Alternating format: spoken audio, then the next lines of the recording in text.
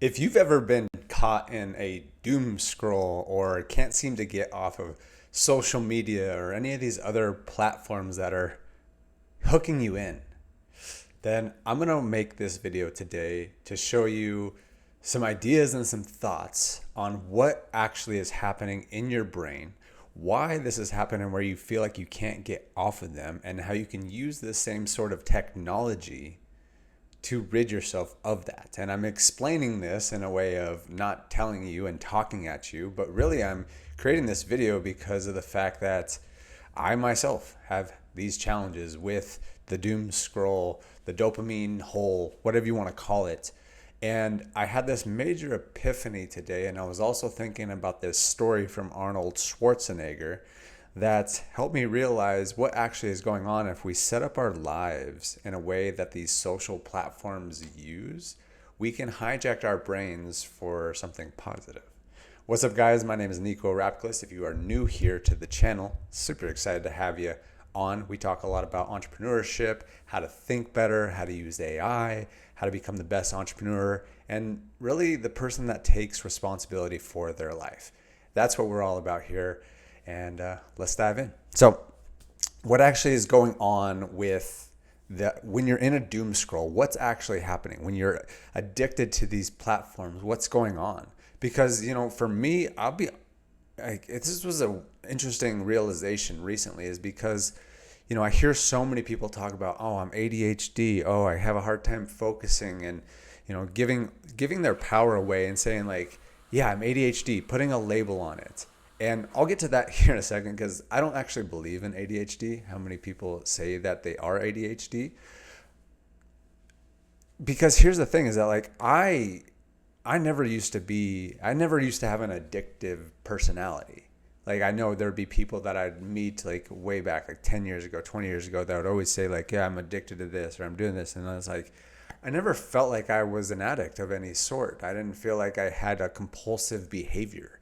However, now it's like my social media time is aggressive, and sometimes I just can't get myself out of it.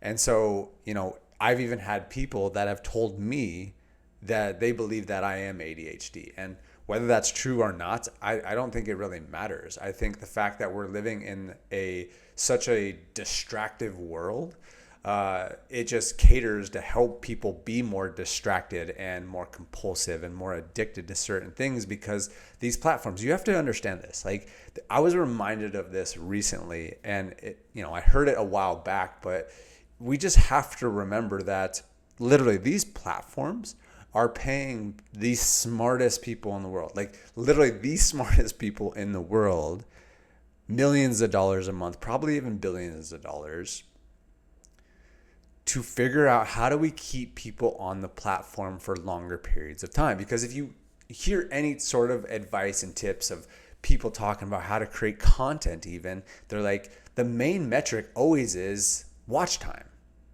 right? Watch time on your Instagram Reels, watch time on your YouTube long forms, like whatever it is, it comes down to watch time. Why is that? Because the platform is optimizing for people staying on the platform for longer periods of time, i.e. being addicted to the platform. And again, I don't think they had nefarious intentions from the get-go, but it's like they're a business. They make more money when they have more usage on their platform, right? So they do whatever they got to do to keep people on the platform for longer periods of time. And it is insane when you look at it, like from a content creator's perspective. I make a reel on Instagram, and I get like, my average watch time on most reels are like 7 to 9 seconds.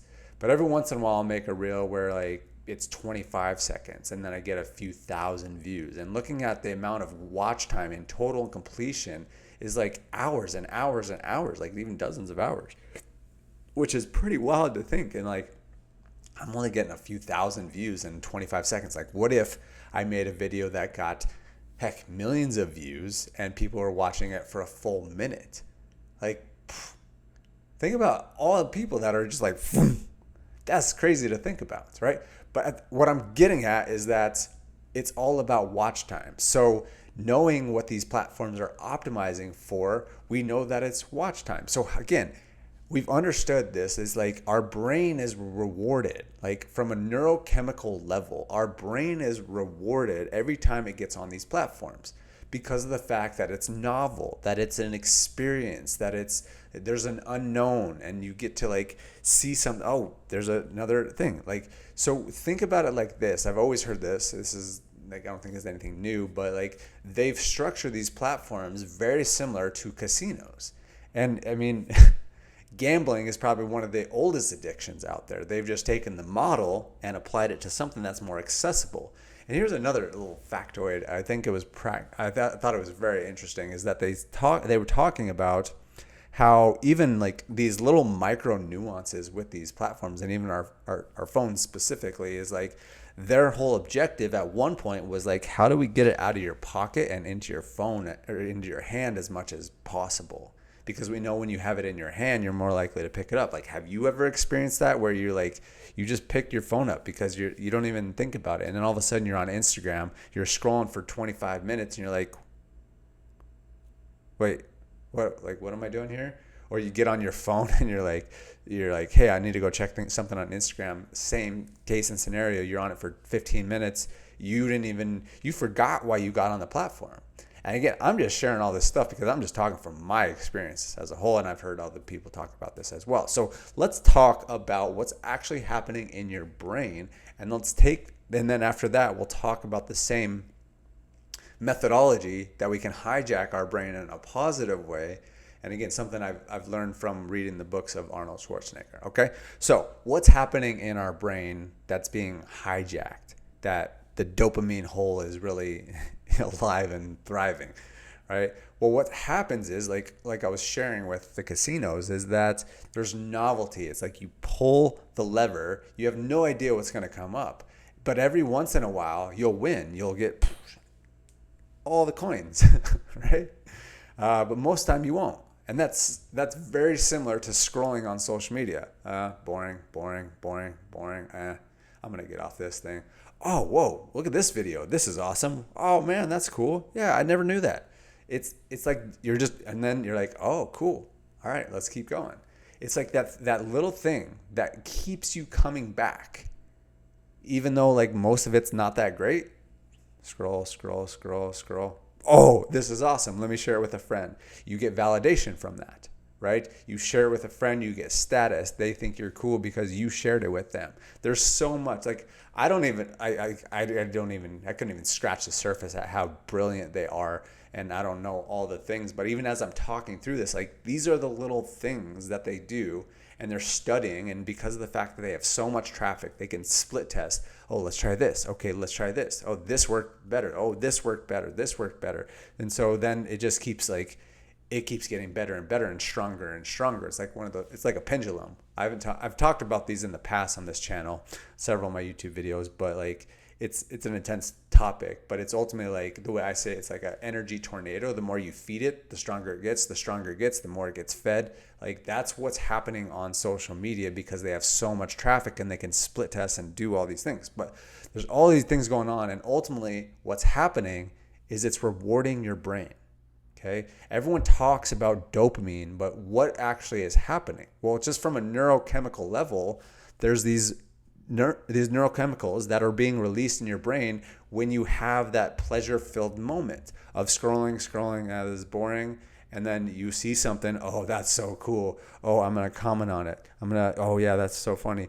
Oh, I'm going to send it to my friend. Oh, they respond back to me, and they're like, oh, thank you so much for sending that. That's hilarious. You're so great, right?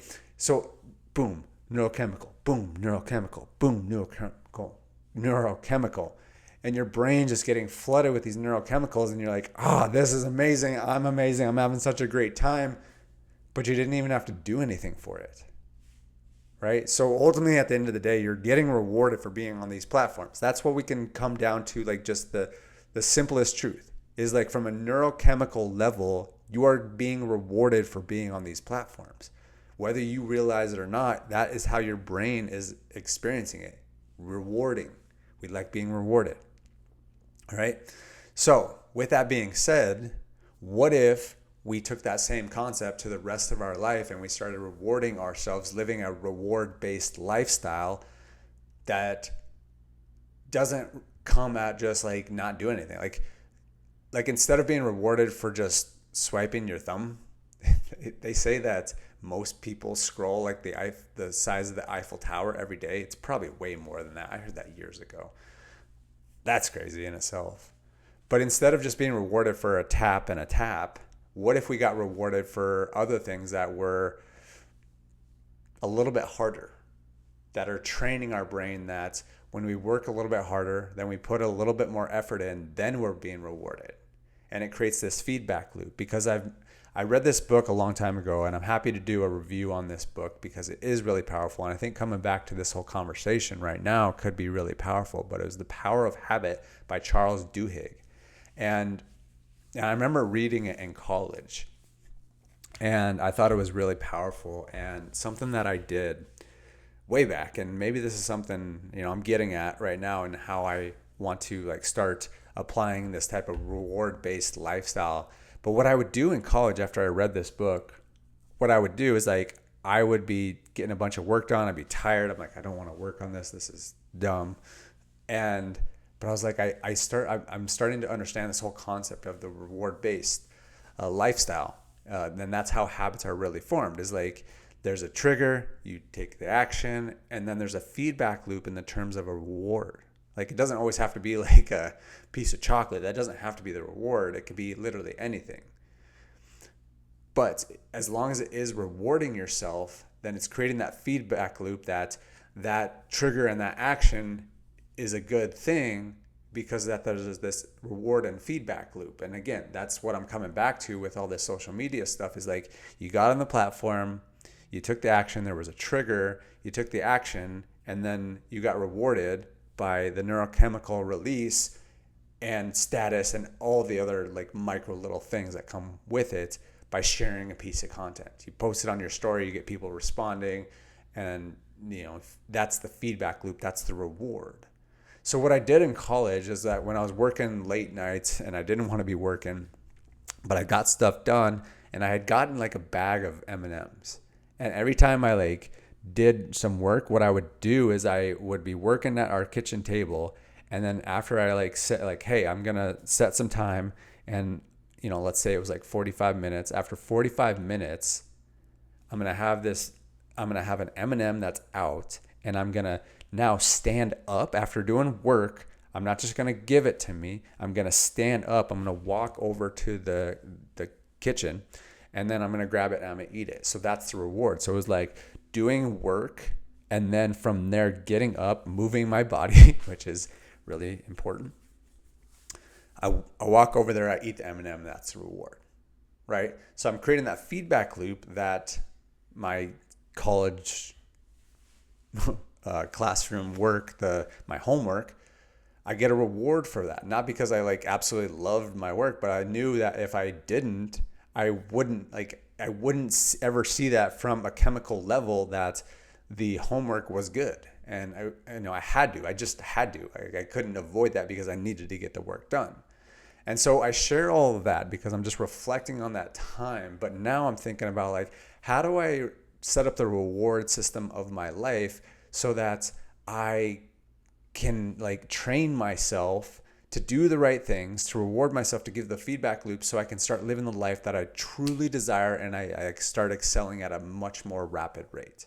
Because here's the thing, and I've been mentioning this, is that Arnold Schwarzenegger, I remember reading in his biography, is that one of the things that happened for him, and like think about this too, I thought this was pretty powerful, is that Arnold Schwarzenegger, whether you love him or you hate him or you're anywhere in between, I don't think we can deny the fact that he's probably one of the people that is the absolute best at setting goals and achieving them.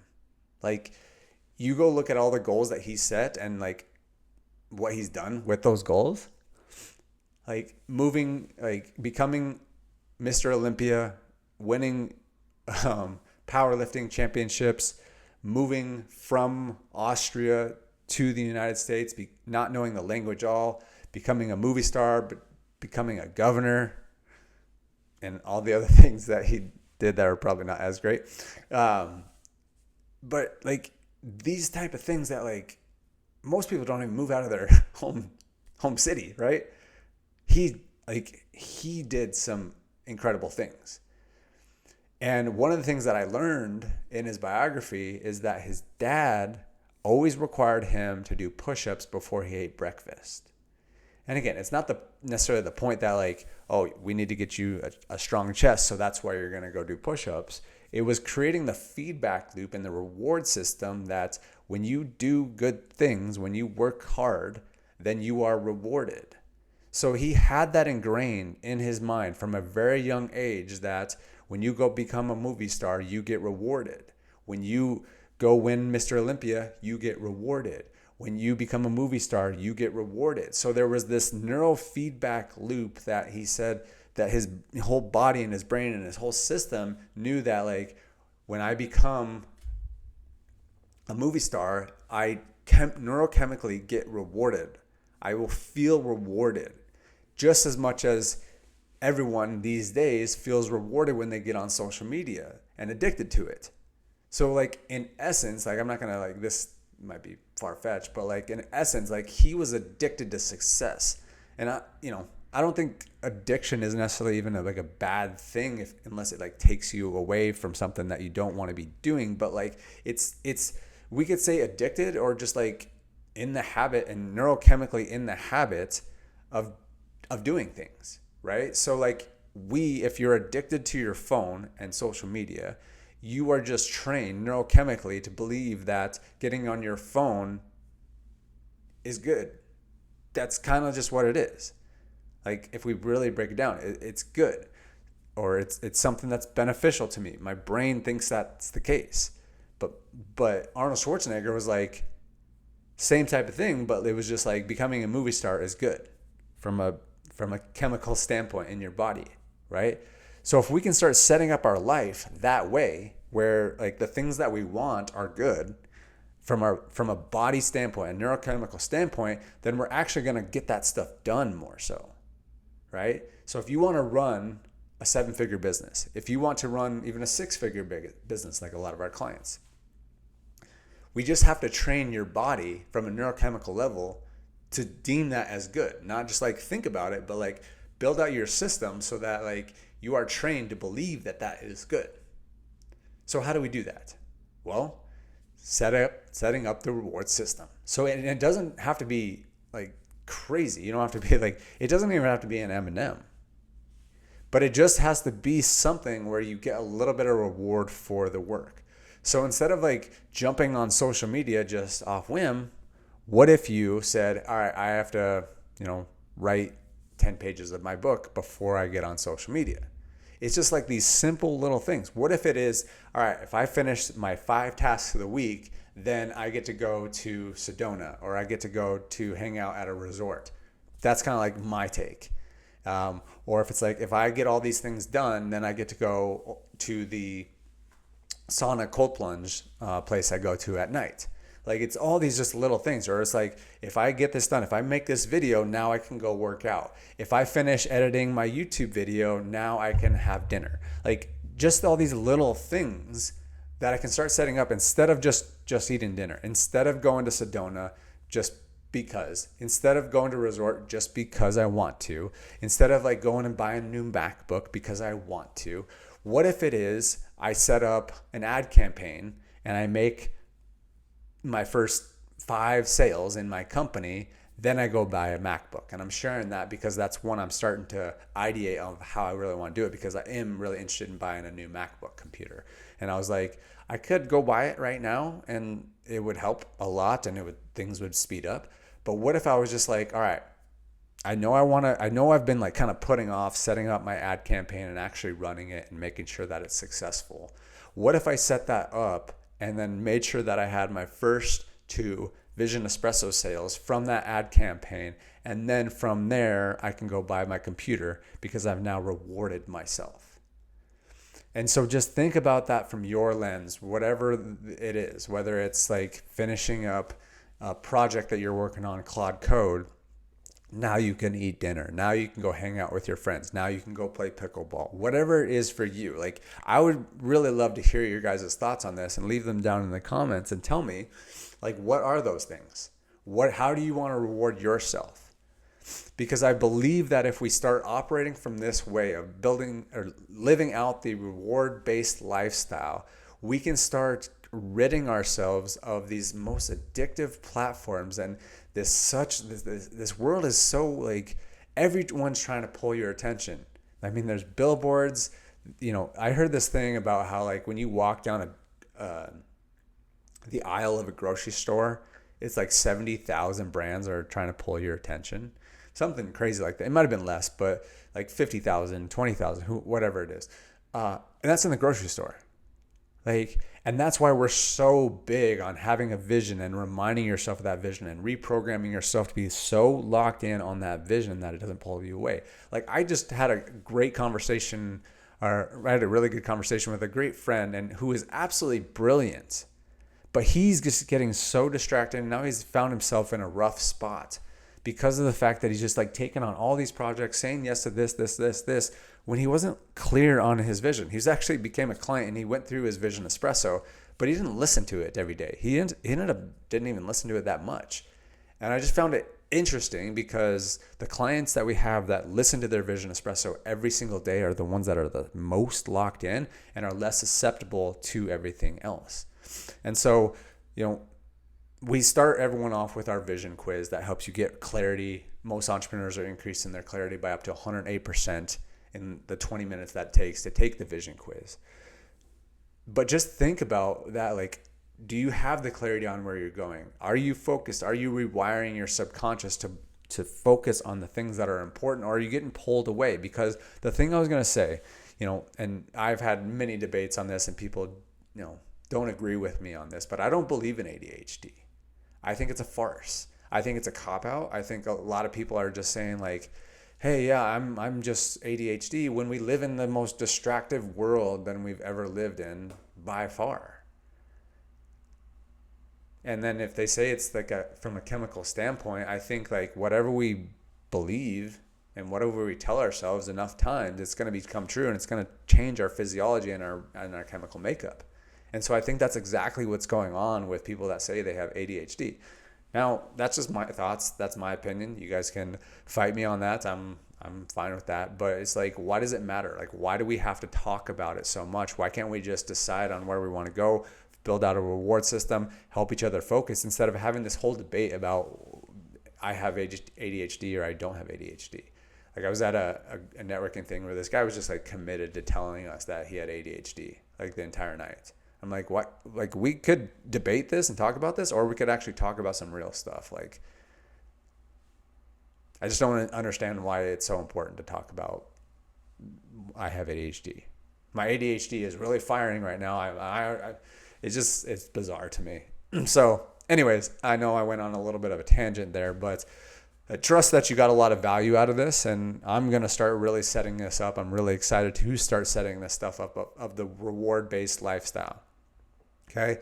Take the principles that these brilliant platforms are developing at scale and just take the principles and start applying it to our life so that we can start training ourselves to be rewarded for things that we actually do something for, that are beneficial for us, so that we can deem things are good for us and we can get a lot better throughput and a lot better conversion on the things that we want. If we say we want to build a 7-figure business, let's train ourselves to actually go in and create that. Like, there's a book called Atomic Habits that's, I think, I actually haven't read it yet. I just got it in my Audible. But I think I'll probably make a review after that I listen to it. But it's that whole concept. Like, how do we train ourselves to deem everything as good? And we build these habits that help us build our 7-figure business, help us impact the world, help us build massive, amazing companies. Like, let's do that. Let's focus on that instead of just like getting thrown into the shuffle of the most distracted time in the history of the world, right? So thank you for watching this video. Give me your comments. Let me know what you got out of this. Make sure and subscribe, and we'll see you on the next video.